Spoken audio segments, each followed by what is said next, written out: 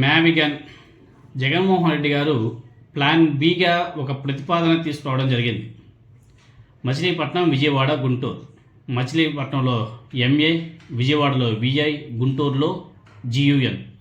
ఈ మూడు కలిపి మ్యావిగన్ అనేసి జగన్మోహన్ రెడ్డి గారు సరికొత్త పేరును తెర మీదకి తీసుకొచ్చారు. అంటే ఈ మూడు ప్రాంతాలను కలుపుతూ మ్యావిగన్ను వైఎస్ జగన్మోహన్ రెడ్డి గారు తెర మీదకి తెచ్చాడు.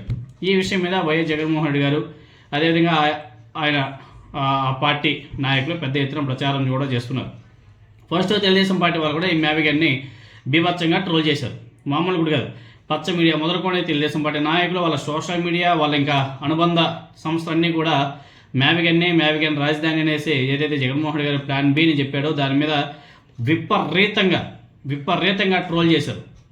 నిన్న మొన్న వైఎస్ షర్మిల ద్వారా కూడా మాట్లాడించారు. అయినా కానీ జనాల్లో ఆ మ్యావిగన్ అనేది బాగా డీప్గా వెళ్ళిపోయింది.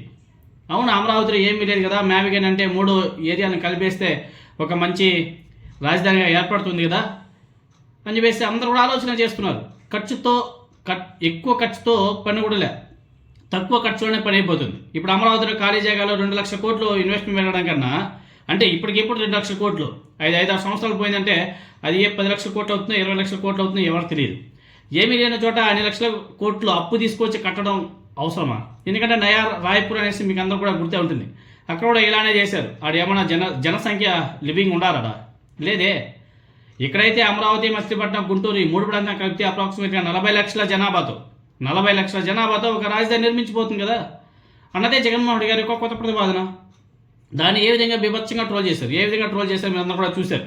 చంద్రబాబు నాయుడు గారు, నారా లోకేష్ గారు, పవన్ కళ్యాణ్, అదేవిధంగా షర్మిల, వాళ్ళు అంతా ఇంకా వాళ్ళ మీడియా అందరూ ఒకేసారిగా ఇవన్నీ కూడా చంద్రబాబు నాయుడు గారి కనుసన్నలో నడిచిందనేసి మీకు అందరూ కూడా తీసుకొచ్చింది. ఎందుకంటే అమరావతి అనేది ఆర్థిక భారం, అప్పులు తీసుకొచ్చి కట్టాలి, ఆర్థికంగా భారం అయిపోతుంది.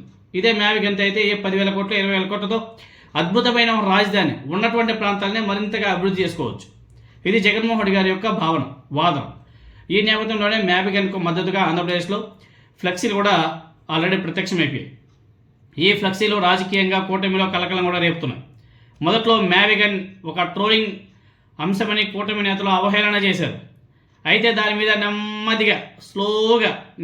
నెమ్మదిగా పాజిటివ్గా మాట్లాడే వాళ్ళ సంఖ్య కూడా పెరిగిపోయింది.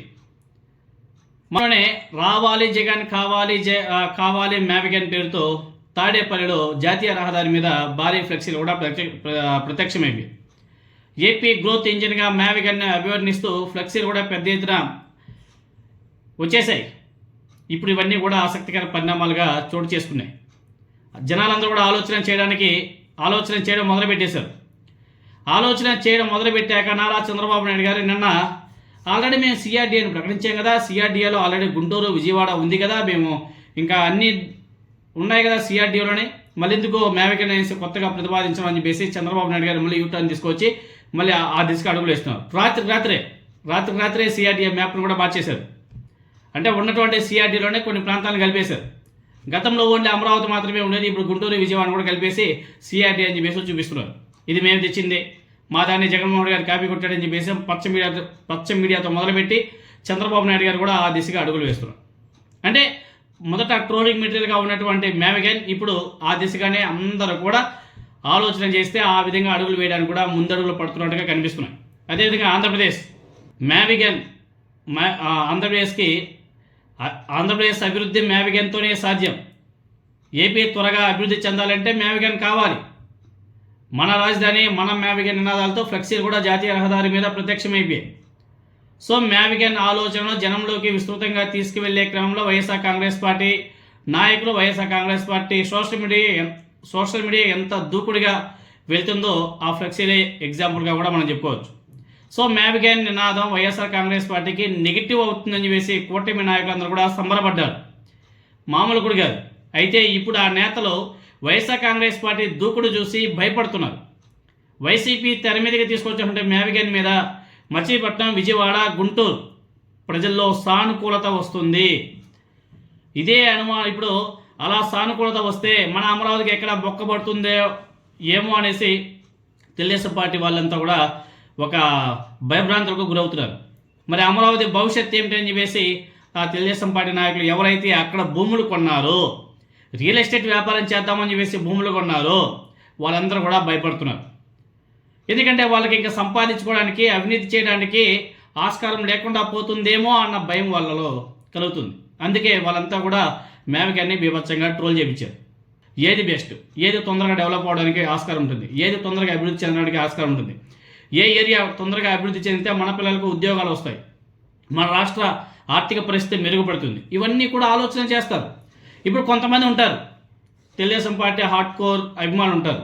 వాళ్ళు జగన్మోహన్ రెడ్డి గారు ఏది మాట్లాడినా, ఆయన నోట్లో నుంచి ఏది వచ్చినా దాన్ని అన్నిటి కూడా ట్రోల్ చేస్తారు. దాంట్లో ఎటువంటి డౌటే లేదు. కానీ ఎవరైతే బాగా ఆలోచన తగ్గ మనుషులు ఉంటారో వాళ్ళైతే ఆలోచన చేస్తారు కదా, వాళ్ళైతే కంపారిజన్ చేస్తారు కదా, అప్పుడైతే అమరావతికి బొక్కే కదా. కాబట్టి ట్రోలింగ్గా మిగిలిపోయినట్టే మేవికాని ఇప్పుడు జనాల్లో ఒక ఆసక్తికరమైన ఆలోచనని రేకెత్తిస్తుంది.